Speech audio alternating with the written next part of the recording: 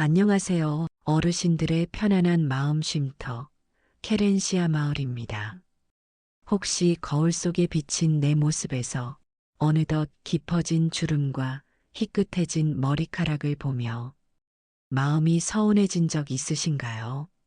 젊음은 찬란했지만 나이가 들어가는 건 어쩐지 쓸쓸하고 기운 빠지는 일처럼 느껴지기도 합니다.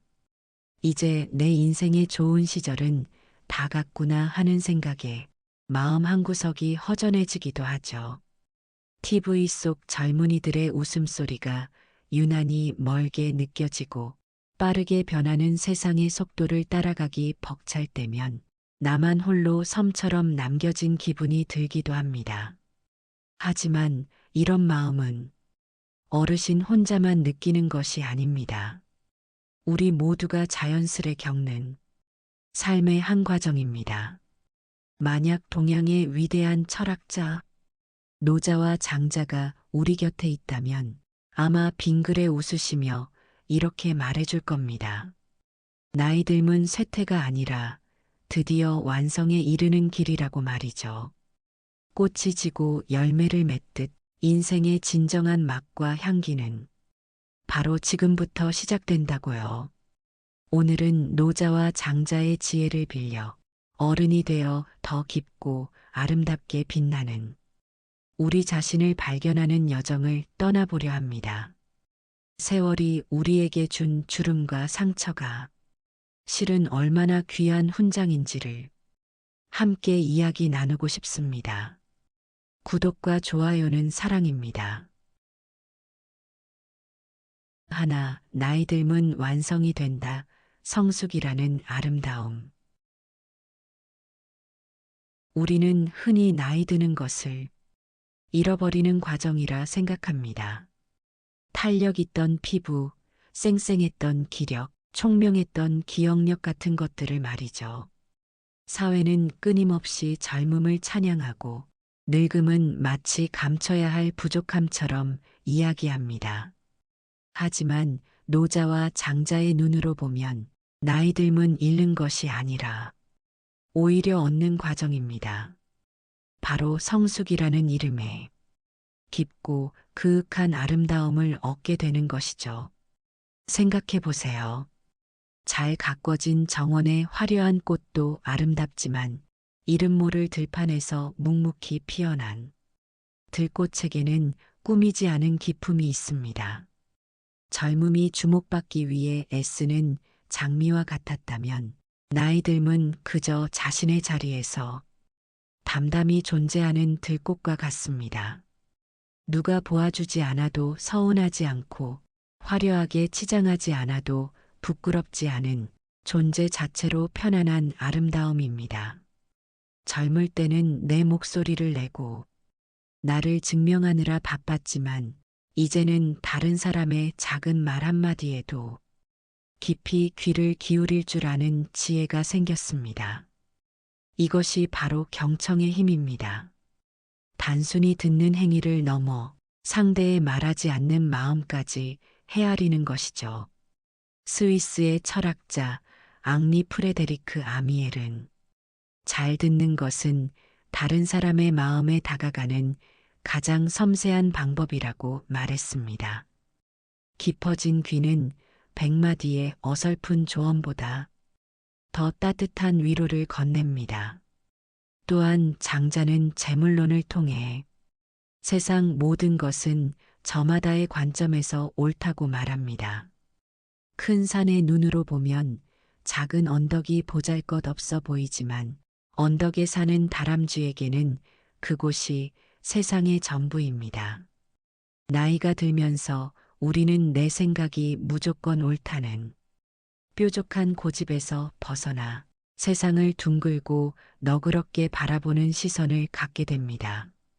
나와 다른 자식의 삶의 방식을 이해하기 힘든 세상의 변화를 옳고 그름의 잣대로 재단하기보다 그럴 수도 있겠구나 하고 품어주게 되는 것이죠. 이것은 마치 노자가 말한 즉 비어있음의 철학과 같습니다. 텅 빈 그릇이라야 무엇이든 담을 수 있고 비어있는 방이라야 사람이 머물 수 있습니다.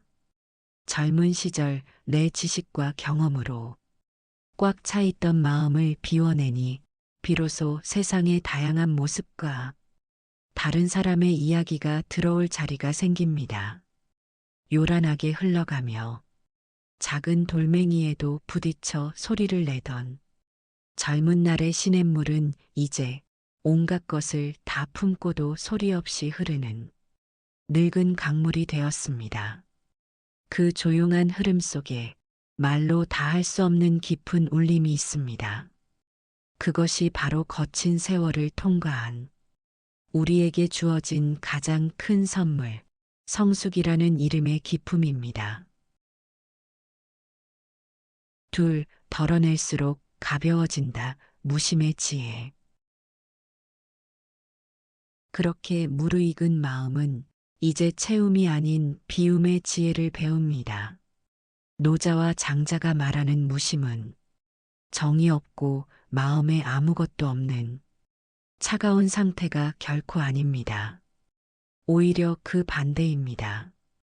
온갖 욕심과 걱정, 기대로 꽉 막혀 있던 마음의 숨통을 틔워주고 고요한 여유를 선물하는 가장 따뜻한 기술입니다. 혹시 손에 모래를 꽉 쥐어본 적 있으신가요? 내 것으로 만들고 싶어 세게 쥘수록 모래는 야속하게도 손가락 사이로 더 빨리 빠져나가죠. 행복도, 재물도, 사람과의 관계도 마찬가지입니다. 내 것이라 생각하고 붙잡으려 애쓸수록 우리는 더 불안해지고 그 대상은 우리에게서 멀어집니다. 하지만 손을 편안하게 펼치면 오히려 더 많은 것을 담을 수 있고 바람도 자유롭게 스쳐 지나갑니다. 이것이 바로 욕심과 집착을 놓는 순간 비로소 우리 삶에 찾아오는 평화로운 여유입니다. 특히 우리 어르신들은 평생을 자식 걱정을 마음에 한가득 안고 살아가십니다. 밥은 잘 먹고 다니는지, 어디 아픈 데는 없는지, 하는 일은 잘 되는지, 그 마음이 얼마나 깊고 애틋한지 잘 압니다. 하지만 노자의 철학은 우리에게 자연스러움을 따르라고 조언합니다. 정원사가 나무를 키울 때 잎을 억지로 잡아당겨 키울 수는 없습니다. 그저 좋은 흙과 충분한 물, 따스한 햇볕을 주고 나무 스스로 자라날 힘을 믿어주는 것이 최선입니다. 우리의 자식들도 마찬가지입니다. 그들은 스스로 넘어지고 일어서며 자신의 삶을 살아갈 힘을 이미 가지고 있습니다. 우리의 역할은 끝없이 걱정하며 그들의 삶에 불안의 그림자를 들이우는 것이 아니라 묵묵히 믿고 지켜봐주는 든든한 나무가 되어주는 것입니다.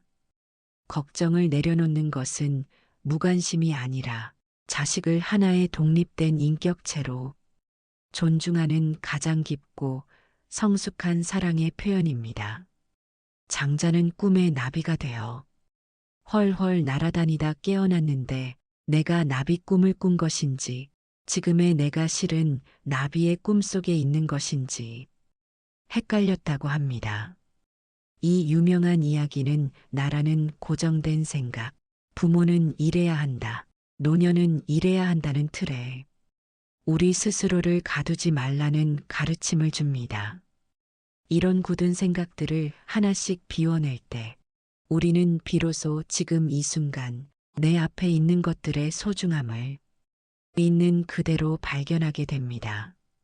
마음을 비워야 오늘 아침 창가에 내리는 햇살의 따스함과 찻잔의 온기가 오롯이 느껴지는 법입니다.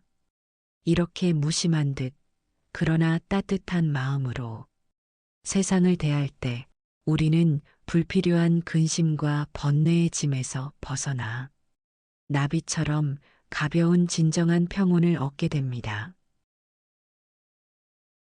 셋, 삶이 말없이 가르치는 것들.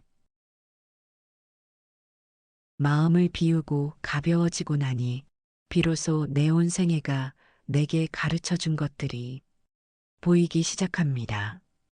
긴 인생은 그 자체로 한 권의 두꺼운 철학책입니다. 이제 우리는 굳이 누군가를 가르치려 하지 않습니다. 우리의 삶 자체가 살아온 세월의 흔적이 말없이 모든 것을 이야기해 주기 때문입니다. 젊은 시절에는 옳은 말을 유창하게 많이 하는 사람이 지혜롭다고 생각했지만 이제는 말보다 행동으로 보여주는 삶의 묵직한 무게를 압니다. 평생 성실하게 새벽을 열었던 아버지의 구분 등 굳은 일도 마다 않고 가정을 지켜낸 어머니의 거친 손처럼 화려한 말보다 묵묵한 삶의 태도가 더 큰 가르침이었습니다. 그것이 바로 억지로 꾸밀 수 없는 어른의 품격입니다. 향기로운 꽃이 나는 향기롭다고 외치지 않아도 벌과 나비가 찾아오듯 깊이 있는 삶은 그저 존재하는 것만으로 주변에 선한 영향을 줍니다. 노자는 상선약수, 즉 세상에서 가장 위대한 선은 물과 같다고 했습니다. 물은 높은 자리를 탐내며 다투지 않고 언제나 가장 낮은 곳으로 흘러 만물을 이롭게 합니다. 네모난 그릇에 담기면 네모가 되고 둥근 그릇에 담기면 둥그러지는 유연함으로 어떤 장애물도 거스르지 않고 돌아갑니다. 하지만 그 부드러움이 오랫동안 한 곳에 떨어지면 단단한 바위도 뚫어냅니다.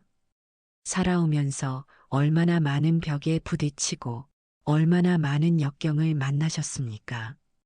그때마다 우리는 분노하고 저항하기보다 물처럼 유연하게 돌아가고 때로는 묵묵히 참고 견디며 그 시간을 지나왔습니다. 그 부드럽고도 강인한 힘이야말로 세상을 지혜롭게 살아가는 최고의 방법이었습니다. 강가에 가면 유난히 동글고 매끄러운 조약돌들이 있습니다. 그 돌들이 처음부터 그렇게 예뻤을까요? 아닙니다. 원래는 거친 바위에서 떨어져 나온 날카롭고 모난 돌멩이였을 겁니다. 거센 물살에 이리저리 부딪히고 깎여나가며 오랜 세월을 견딘 뒤에야 비로소 그토록 부드럽고 아름다운 모습을 갖게 된 것이죠. 우리 마음도 그렇습니다. 젊은 시절의 날카로운 자존심과 이기심, 서툰 판단들은 수많은 아픔과 시련을 겪어내며 둥글게 다듬어졌습니다. 아픔을 통과한 마음에는 다른 사람의 아픔을 깊이 공감하고 보듬을 수 있는 자리가 생깁니다. 그래서 이제 우리는 압니다.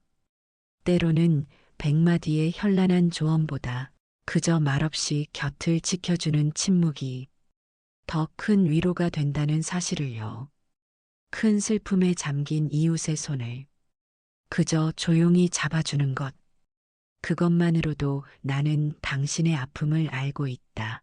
당신은 혼자가 아니다라는 가장 깊은 마음이 전해집니다.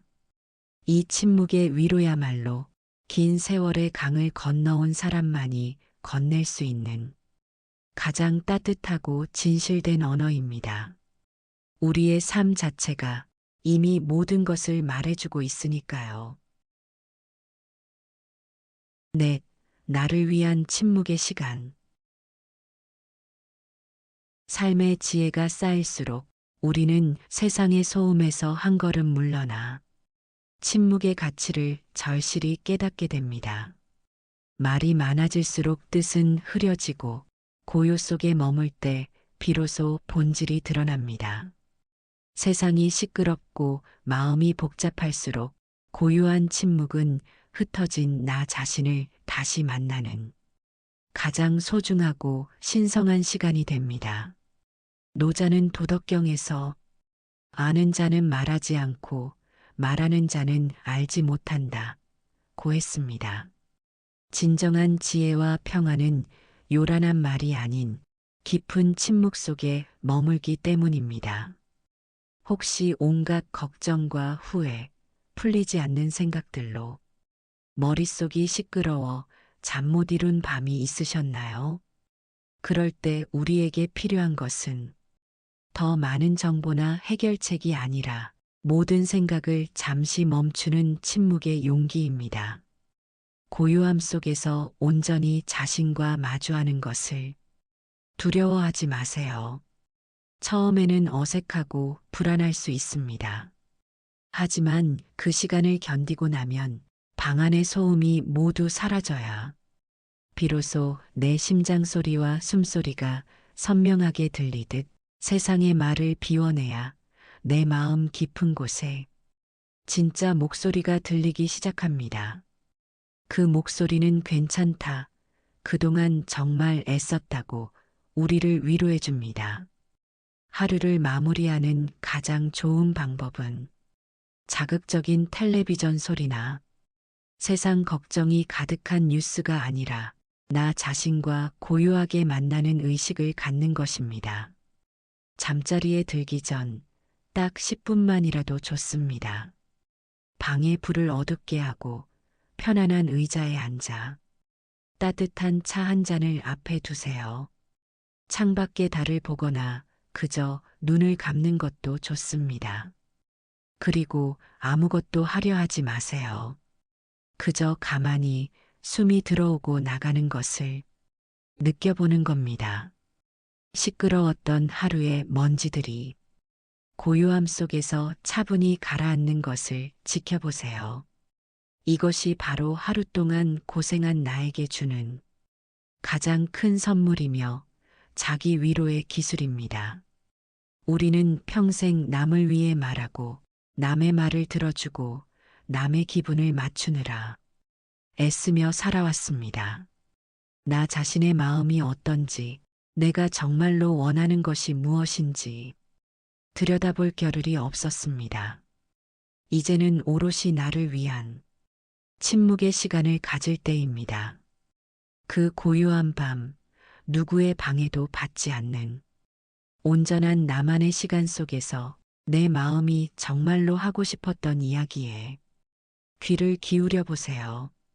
어쩌면 잊고 있던 어린 시절에 작은 꿈 이야기일 수도 있고 누군가에게 미처 전하지 못했던 고마움일 수도 있습니다.